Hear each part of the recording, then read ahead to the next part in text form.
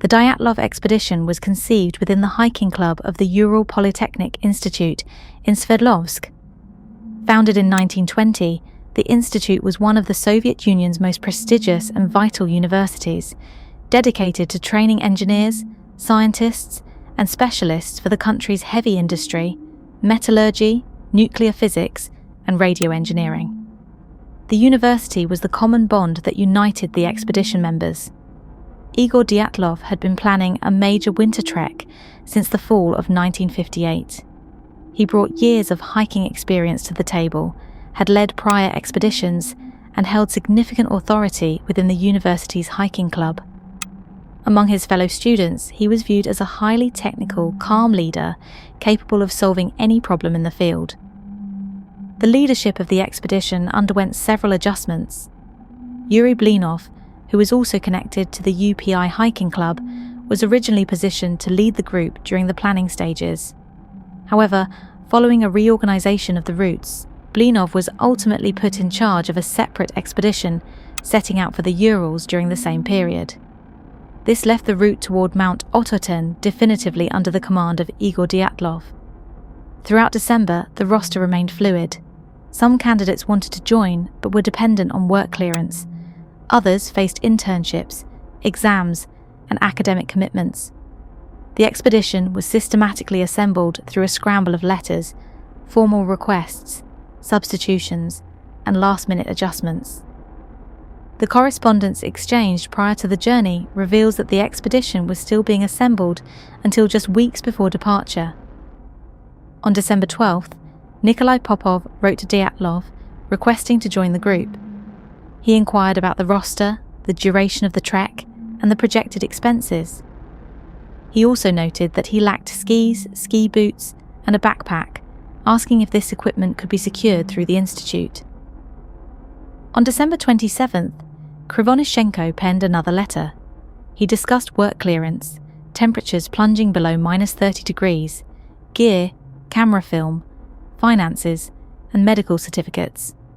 He was also eager to know who remained on the official roster. At the closing, he added a reminder not to forget to calculate the weight of the mandolin. On January 16th, Zinaida Kolmogorova was still inquiring with Dyatlov about their departure date, the status of the preparations, whether Popov had arrived, and who would ultimately join the group. On January 8, 1959, the project received formal approval from the Sverdlovsk Route Commission. The official itinerary was set: Vijay, the second northern settlement, Mount Ototen, Mount Oikochakurm, the Toshimka River, and back to Vijay. At the time of approval, the official roster still contained 13 names.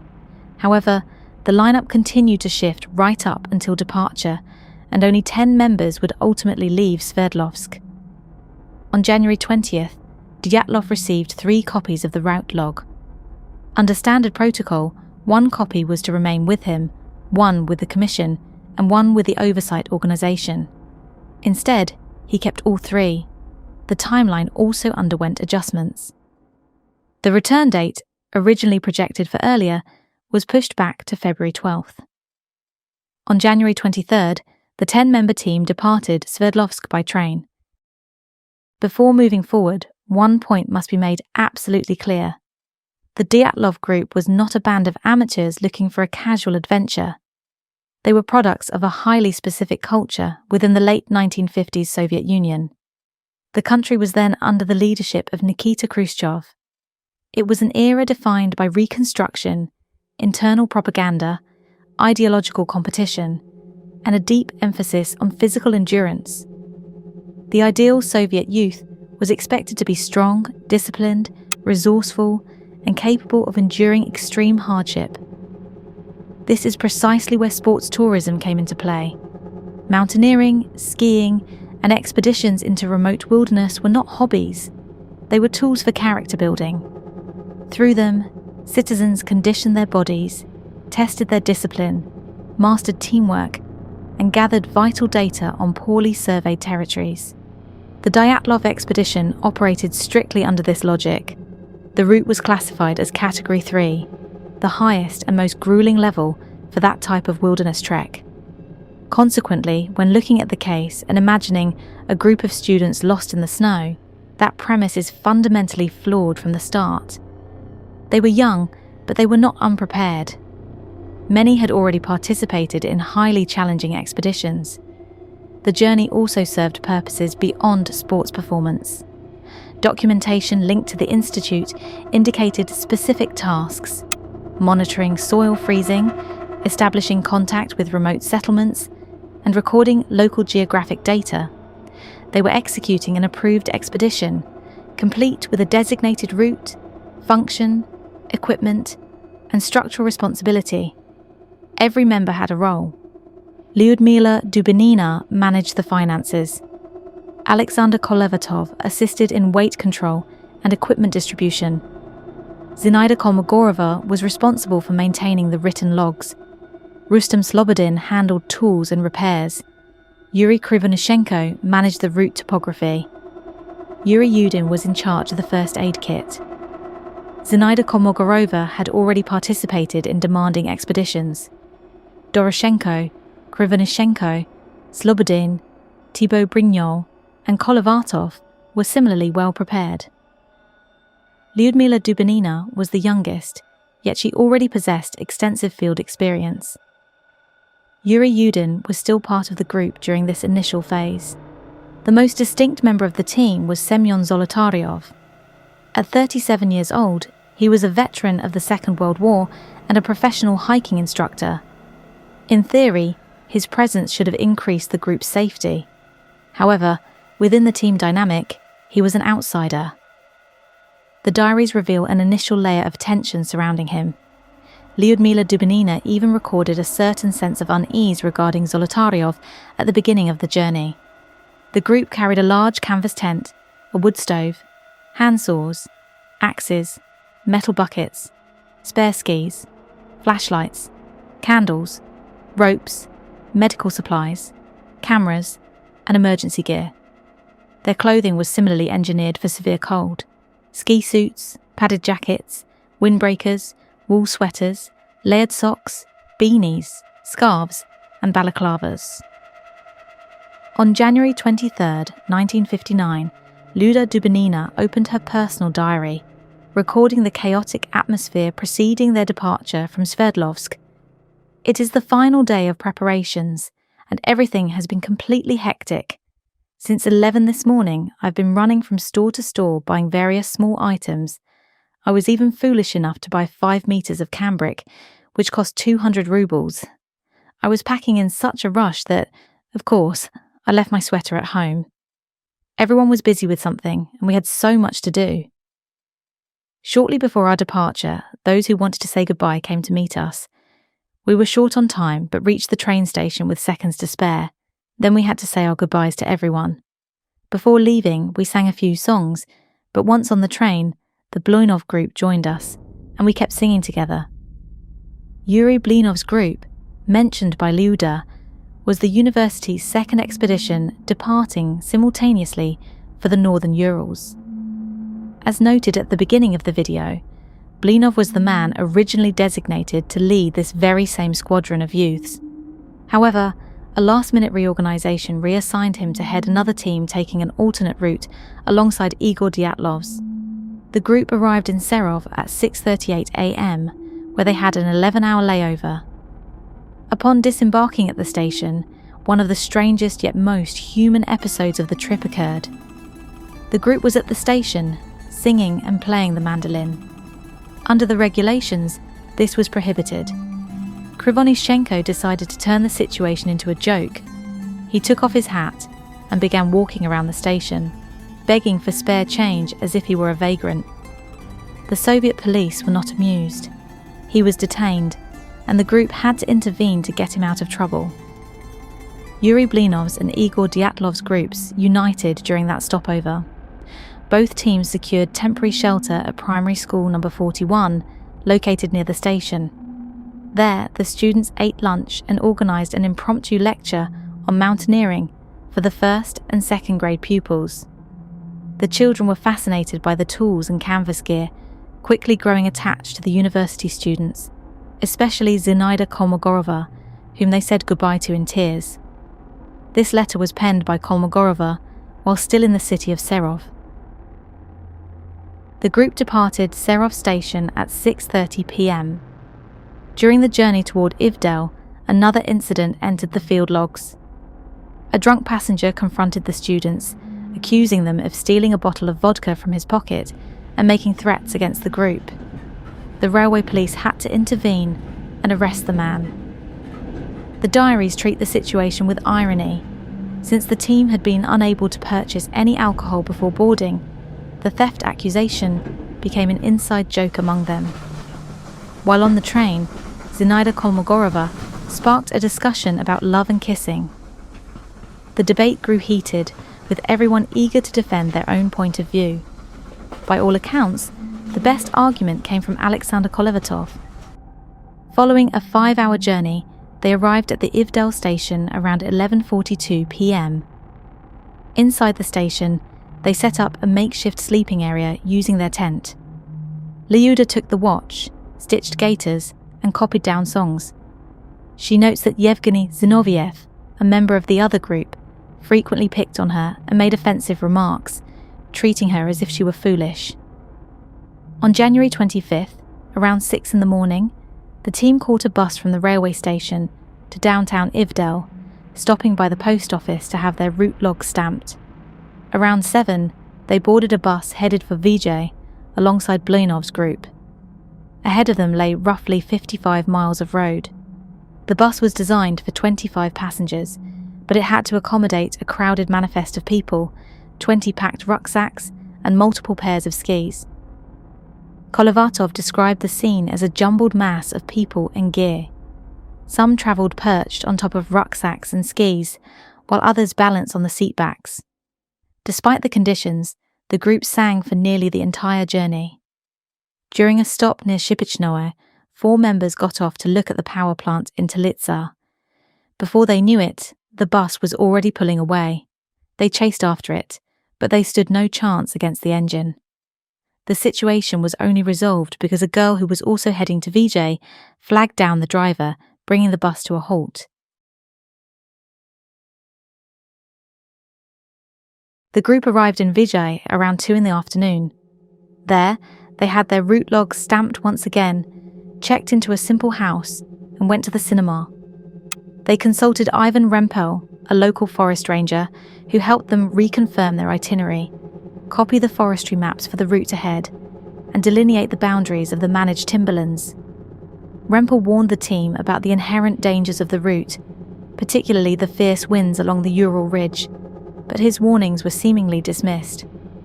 The students were preoccupied with the evening's entertainment. The famous film Symphony in Gold, 1956, at the local club, followed by a night at the Vajay Hotel. The parting of ways with Bluinov's group also took place in Vijay. From that point forward, the 2 expeditions would follow different paths, and the atmosphere grew noticeably subdued after the separation. On January 26th, after lunch, the Dyatlov group set out for the 41st logging settlement. They departed around 1:10 p.m. in the flatbed of a truck equipped with faulty brakes and a broken suspension. The journey was freezing and uncomfortable. According to the records, this rough transit likely exacerbated the condition of Yuri Yudin, who had already been suffering from joint pain. Despite the harsh conditions, the youth sang and discussed a variety of topics during the ride, including love, friendship, and cancer treatments. The group arrived at the 41st logging settlement around 4:30 p.m. on January 26th. There, they received a friendly welcome from the local workers.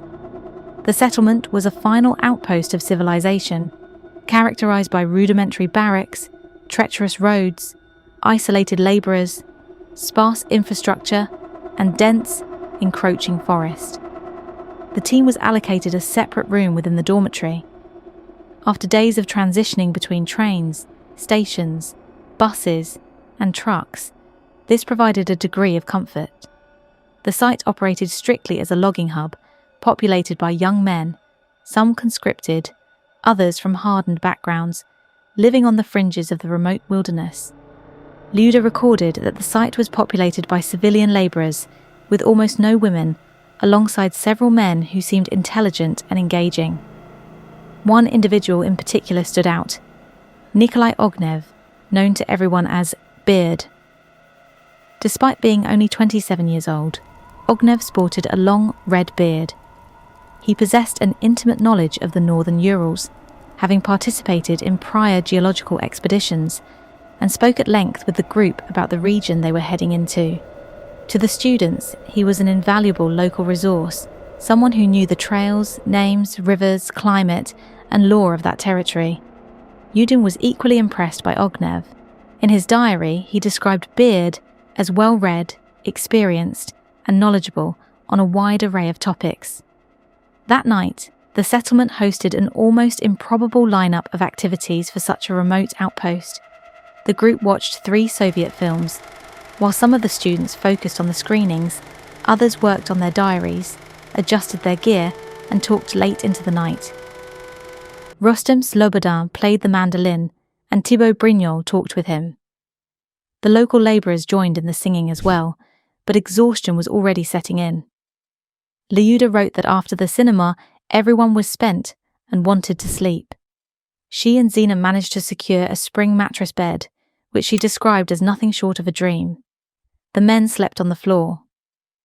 At the very end of her entry, she wrote a brief, heavy sentence. The mood was poor, and it would likely remain that way for the next 2 days. On January 27th, Yuri Yudin's condition worsened. He continued to suffer from severe sciatic nerve pain, and continuing a Category 3 expedition in that state risked turning him into a liability for the group. He would proceed as far as the second northern settlement, where he would make the final decision to return home, planning to bring back a few geological samples. Meanwhile, the group negotiated assistance to haul their rucksacks. The local foreman promised support, and a man known as Uncle Slava would transport the equipment on a horse-drawn sledge. For the students, this was a massive relief. For the first time on the route, they could trek without the crushing weight on their backs. Before departing, they also purchased 4 loaves of warm, soft bread, devouring 2 of them on the spot. It was also there that the students copied Mansi words into their notebooks. They recorded terms for river, meat, bread, house, wind, fire, knife, axe, money, numbers, and other basic vocabulary. This demonstrates both curiosity and preparation. They were traversing a region shaped by Mansi trails and landmarks, and they were actively attempting to grasp at least a fraction of that language. In the late afternoon of January 27th, the group departed the 41st logging settlement. Their rucksacks were loaded onto a horse-drawn sledge driven by Uncle Slava, while the students followed on skis, tracking the sledge along the frozen Lozva River. Their destination was the second northern settlement, an abandoned geological outpost deserted since 1952. It consisted of roughly 24 ghost houses, only one of which still maintained a functioning wood stove and intact window panes to keep the winter at bay. During this trek, a silent factor began to dictate the rhythm of the looming disaster: Yuri Yudin's failing health. His acute sciatic nerve inflammation turned every single step into pure agony. That night, crammed into the only habitable cabin of the abandoned settlement, the group faced the obvious reality: Yudin could not go on. On January 28th, the group woke up at the second northern settlement. The weather still appeared manageable, with the temperature hovering around 17 degrees Fahrenheit, minus 8 degrees Celsius. Before saying their goodbyes, Yudin, leveraging his background in geology, led a few of his friends on a quick search for minerals in the immediate area. Beneath the frozen ground, they collected fragments of pyrite and quartz veins. After that came the parting of ways. Yuri Yudin turned back, and his load was distributed among the remaining 9 members. For him, it was a bitter decision. For history, it was the exact moment the expedition was reduced from 10 members to 9. From that point forward, there was no one left who would survive what was to come. The group departed the second northern settlement around 11:45 a.m. and began their ascent along the Lozva River. From this point, The march adopted a stricter, more technical pace. To break trail through the snow, they rotated the lead position roughly every 10 minutes. Their first night sleeping in the tent occurred on the 28th. The diaries depict a standard expedition routine: setting up camp, suspending the wood stove, hanging internal curtains made of bed sheets, followed by dinner, a campfire, songs, and discussions. Zina even attempted to learn the mandolin from Rustem Slobodin. On January 29th, the march pressed on. They left the Lozva region and began their approach to the Auspia River, tracking along an indigenous Mansi trail. Distinct markings carved into the trees soon caught their attention. They observed cuts, grooves, and symbols along the path, questioning what these signals meant. The temperature hovered around 9 degrees Fahrenheit, minus 13 degrees Celsius, accompanied by a light wind and thick ice over the river. January 29th also marked Yuri Doroshenko's birthday. He turned 21 while on the route. Even as the expedition advanced into an increasingly isolated territory, there was still room for a birthday celebration, conversation, trail trekking, and environmental observation. On January 30th, the cold intensified. The group woke up around 8:30 a.m. According to the diary, that was already their third freezing night along the banks of the Auspia. They were growing accustomed to it, and the tent's wood stove was functioning well. The route continued along the river, but the ice hindered their progress. At various points, water had pooled beneath the snow, forcing them to leave the riverbed and press forward along the banks. The Mansi Trail remained visible, accompanied by carvings on the trees and structures left behind by hunters. The snow grew deeper, reaching a depth of roughly 4 feet, approximately 1.20 meters, in certain sections. The forest began to shift, fewer large trees, more stunted birches and small pines, bringing a distinct sense of rising altitude.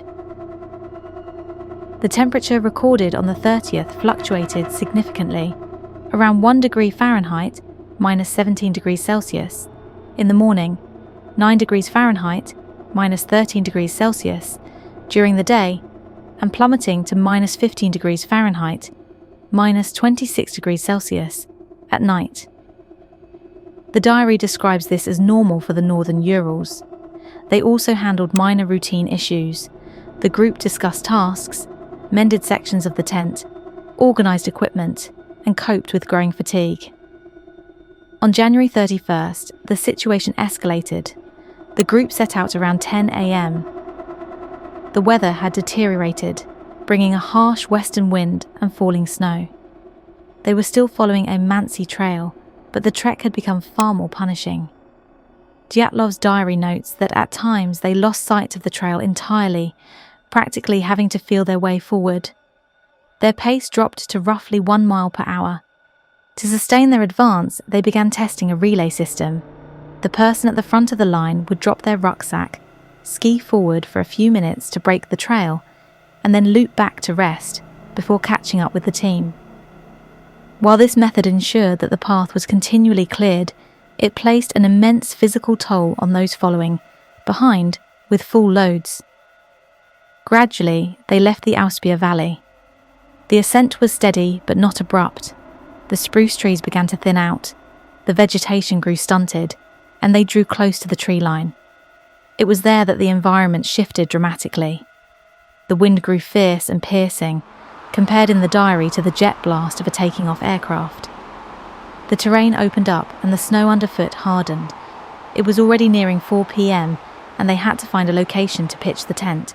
The solution was to retreat to a more sheltered area within the Auspia Valley.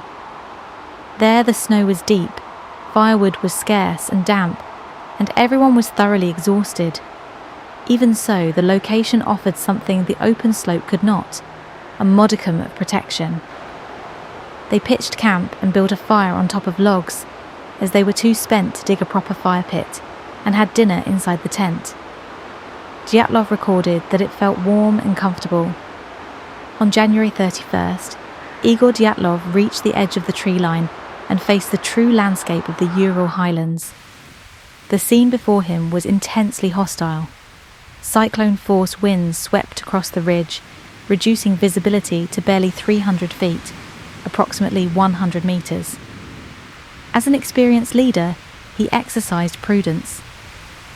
Assessing the risks of that blinding blizzard, he refused to expose the group to the unprotected slope and ordered a retreat to spend the night under the shelter of the Auspia River Valley. The following morning, however, the unyielding logic of a Category 3 route demanded they resume their ascent and gain the high ground toward Mount Ototen. But first, a critical task remained: the construction of the Labaz. They needed to establish this supply cache in the heart of the forest to bury dozens of pounds of extra food and heavy tools. It was the only way to lighten their rucksacks for the final crossing. February 1st begins late. The group spends the morning finalising the Labaz, the forest cache where they leave behind 120 pounds, approximately 55 kilograms, of supplies to lighten their load. Around 3 p.m, the 9 members begin their ascent up the slope of Kholat. And here lies the first major question mark. Why did they decide to camp in the middle of a completely exposed slope, facing brutal winds and extreme cold, when they were a mere mile, approximately 1.5 kilometers, away from the safety of the forest they had used the previous night? The most widely accepted theory is that Igor Dyatlov either did not want to lose the altitude they had already gained, or he wanted to test the group's capabilities in a high-slope encampment. By 5 p.m, they pitch their canvas tent. They eat dinner, change clothes, and write a satirical newspaper joking about the Yeti. Everything was fine, but in the hours that followed, silence swallows the mountain. Igor Dyatlov's plan was for the group to send a telegram to the Polytechnic Institute's sports club as soon as they returned from the mountains to the settlement of Vizhay. The strict deadline for this message was February 12th. February 12th came and went, and no telegram was received. Initially, no one panicked. Layovers of a few days were extremely common for Category 3 expeditions in the Urals, where blinding blizzards and storms frequently forced mountaineers to wait it out under the shelter of the forest. However, as the days pressed on, optimism gave way to despair. The students' families began pressuring the institute's management and local authorities. The head of the sports club, Lev Semyonovich Gordo, went so far as to lie about having received a telegram from Dyatlov regarding the delay, trying to ease the minds of Dubinina's and Kolovatov's parents.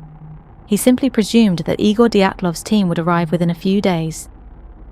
However, negative publicity was detrimental to the institute, and immediate action had to be taken. The head of the military department, Colonel Georgy Semyonovich Ortyukov, took command of the search and rescue operations. Numerous students volunteered to search for their missing friends, and several rescue teams were deployed to the region on February 21st. One of these groups was led by Blinov, who had shared the initial leg of the journey with the students up to Vizhay. Another team, led by Vladislav Karelin, was already in the area and joined the search efforts.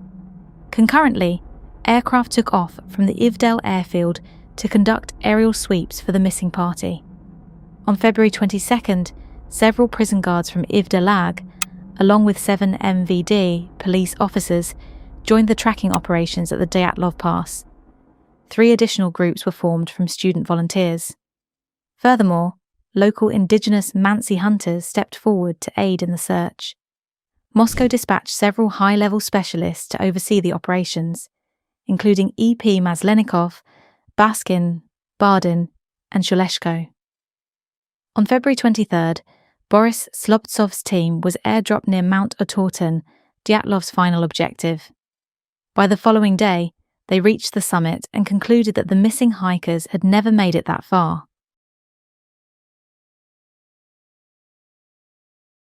Nearly a month after the hikers' departure, on February 26th, after tracking faint ski trails, student volunteer Mikhail Sherevin spotted something through his binoculars on the slope of Kholat, a dark corner of canvas emerging from the ice. When the first rescuers made their way up the slope on foot, they found the large canvas tent buried beneath a layer of compacted snow. As they cleared a path to look inside, The volunteers froze. The scene made no sense. All the heavy winter jackets, coats, leather boots, diaries, and rations were left completely untouched inside. Ironically, one of the men who had helped construct that very tent 3 years prior was among those who discovered it. He recognized it instantly. The sides of the tent had been slashed from the inside, completely bypassing the main entrance. The tent was later transported and hung in the largest room of the Evedale Department of Internal Affairs to be photographed.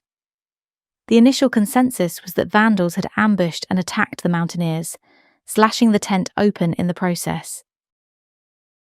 The campsite was located on the northeastern slope of Mount Kholat Syakhl at an altitude of 3,540 feet, 1,079 meters, near the source of the Auspia River, and roughly 1,000 feet, 300 meters, from the mountain peak on a 30-degree incline.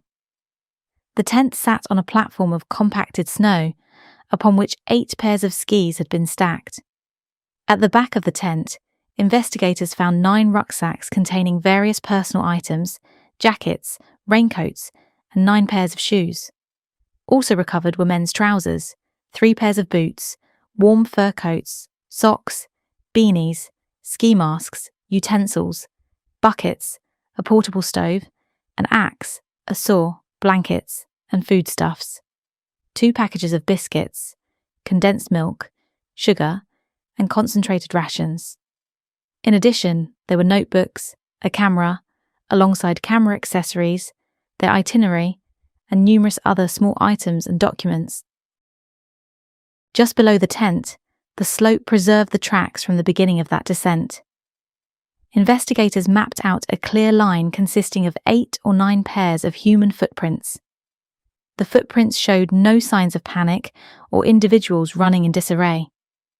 Instead, they indicated that the group moved down together in a coordinated single-file line, walking at a steady pace towards the forested valley.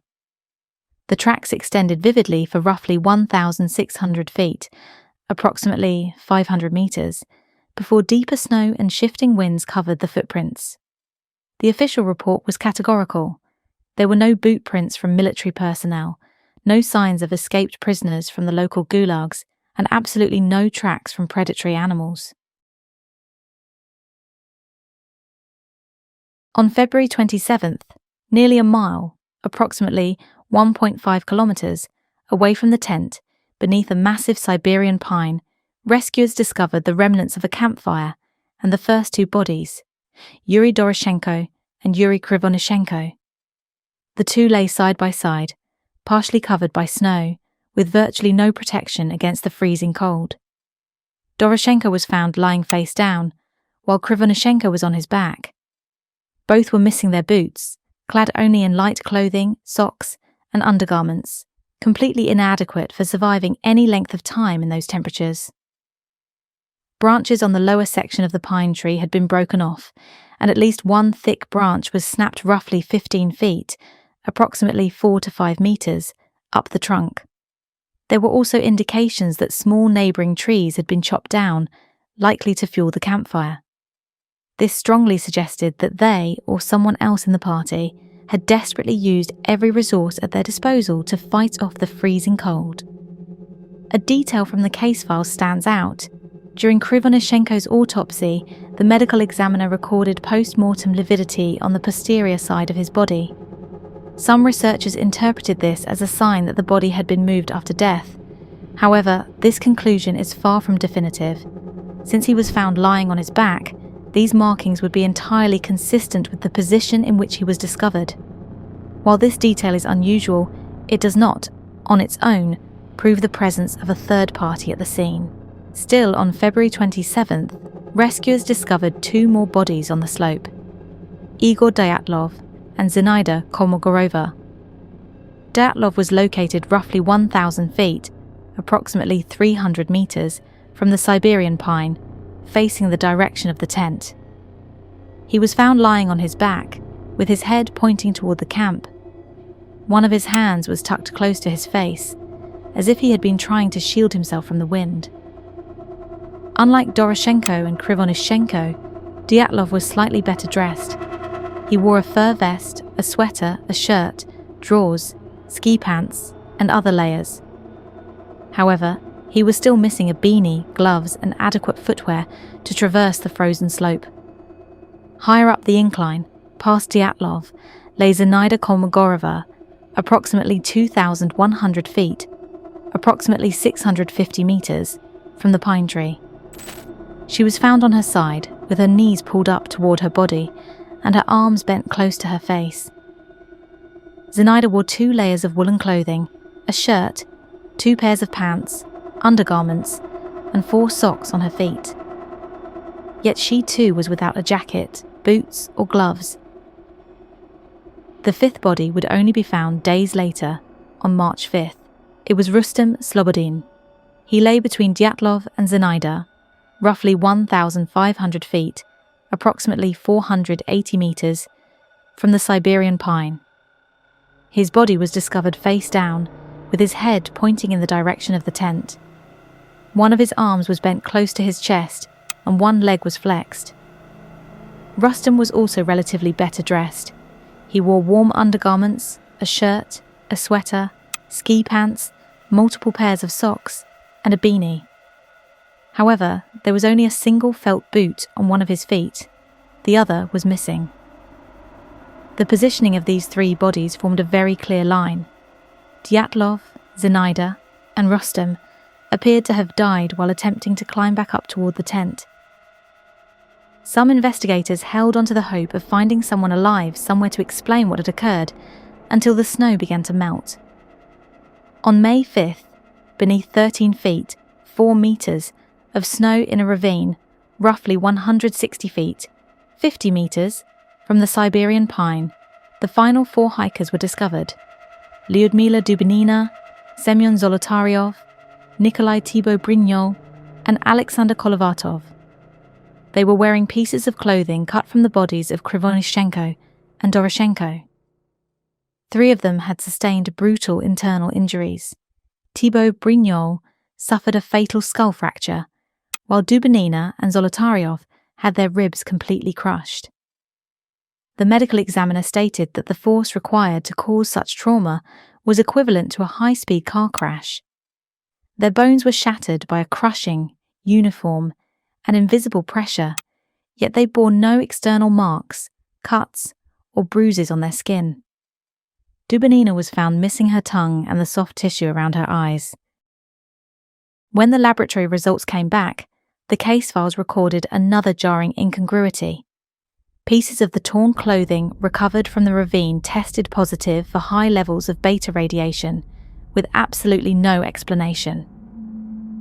On May 28, 1959, unable to find answers for the crushing injuries, the radiation, or the barefoot flight, the Soviet government abruptly closed the investigation with the most mysterious official conclusion of all.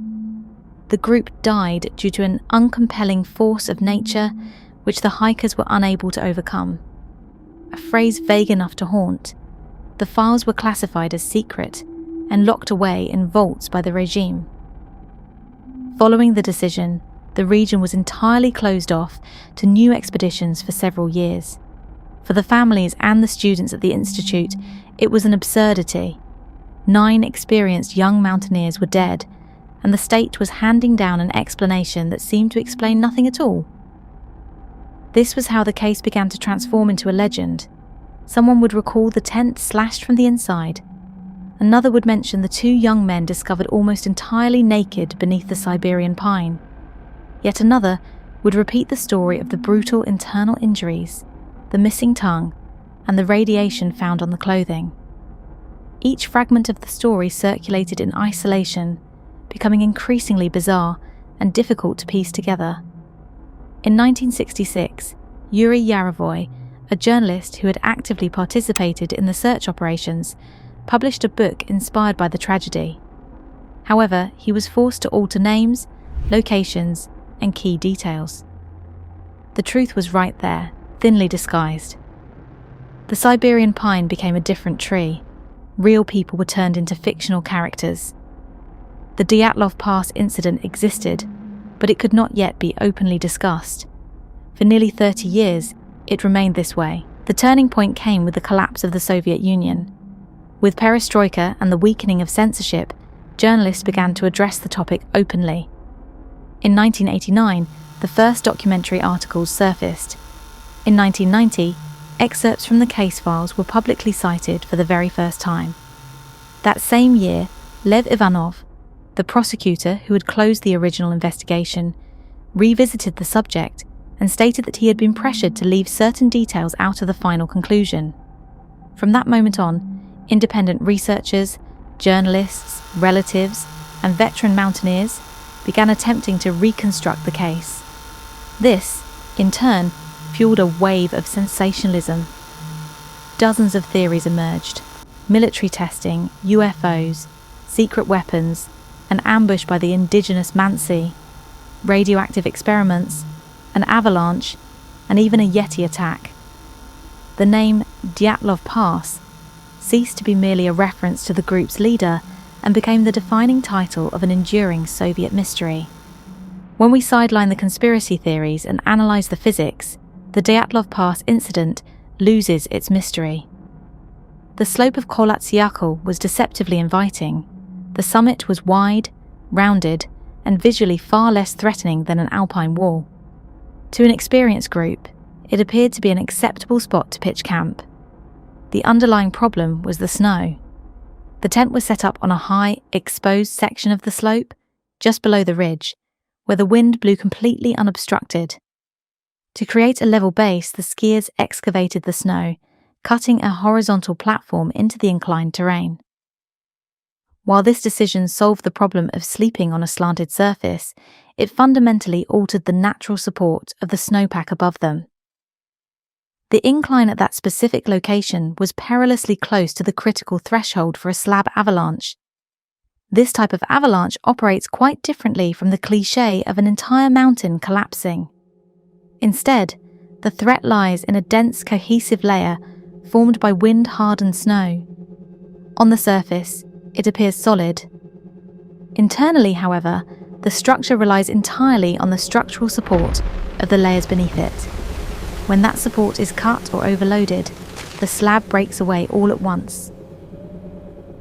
That night, the katabatic wind, dense, heavy masses of cold air driven down the slopes by gravity, worked like an invisible machine, scouring snow from the ridge and depositing new layers directly above the tent.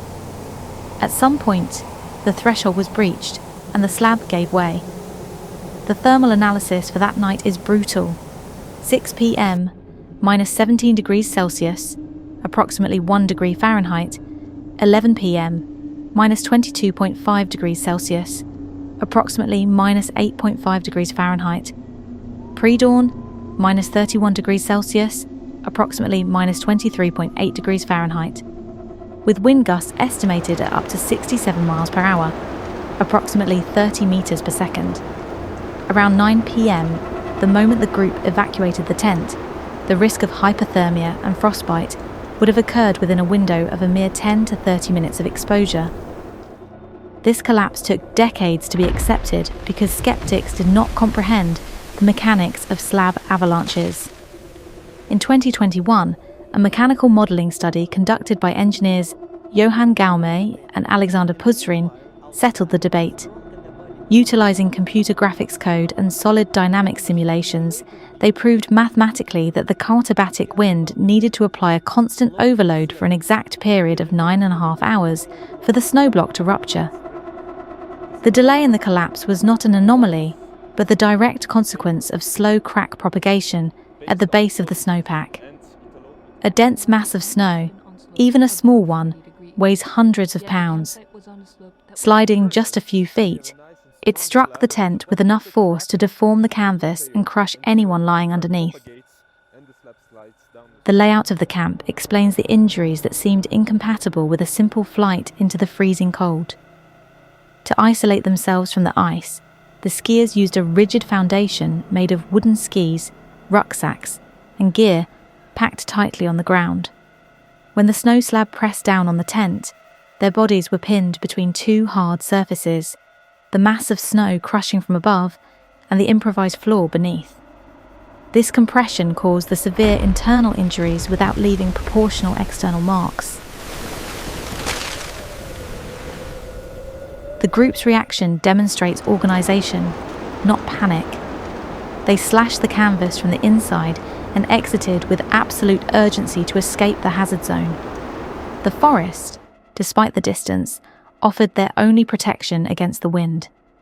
The descent toward the Siberian pine was a rational decision. Forensic analysis of the footprints revealed 8 to 9 sets of tracks, descending in parallel, in a calm and orderly manner without scattering. 2 of the tracks showed feet being dragged or supported. This aligns perfectly with the severity of the injuries. The members struck by the direct impact of the snow began the descent being physically assisted by their companions. At the tree line, the group attempted to reorganize. Broken branches on the Siberian pine indicate attempts to climb the tree to gather firewood or keep watch on the camp. 2 remained near the fire. 3 attempted to climb back up toward the tent to recover boots, clothing, and gear. The remaining 4 moved roughly 230 feet, 70 meters, into a snow-covered ravine, attempting to build a shelter more protected from the wind. This choice made sense, but the ravine concealed a watercourse beneath the ice. The depression accumulated deep, unstable snow layers.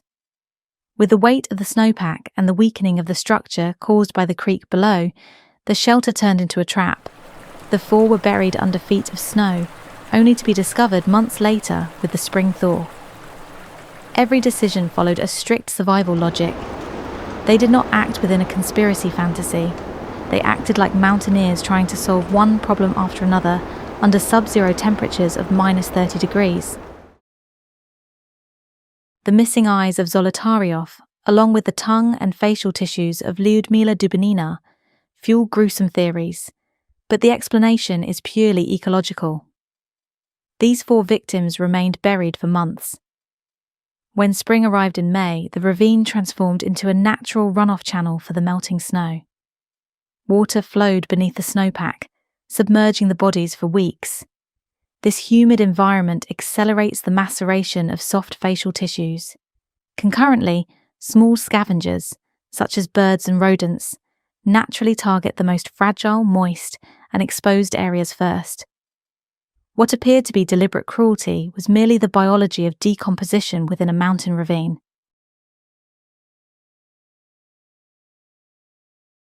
The famous photograph of a dark silhouette crossing between the trees loses its mystery when the roll of film is analysed in its entirety. The frame immediately preceding it shows one of the group's skiers, clad in heavy winter gear, walking at the exact same angle. The image is nothing more than an ordinary out-of-focus and blurry snapshot of a team member pushing through the dense snow during the setup of the camp, deliberately cropped and marketed as supernatural evidence. The evidence points to cold, desperate decisions, not a collective psychotic break. When Doroshenko and Krivonishenko froze to death beneath the Siberian pine, the survivors realized those clothes represented the only chance of survival for the rest of the group. Using knives, they cut the garments from their fallen companions and redistributed the jackets and trousers. Lyudmila Dubinina wrapped her own feet in pieces of Krivonishenko's sweater. They were scavenging for thermal insulation at the absolute edge of life. The presence of traces of beta radiation on the clothing of Alexander Kolovatov and Yuri Krivonishenko seemed to point directly to secret tests in the 1959 Soviet Union. However, the forensic reports indicated that the mountain itself showed no widespread contamination. The radiation was isolated strictly to specific pieces of clothing. The explanation lies in their backgrounds. Krivonishenko had worked at the Mayak nuclear complex, the site of one of the worst Soviet radioactive disasters in 1957. Kolovatov was a nuclear physics student who regularly handled radioactive isotopes in the laboratory.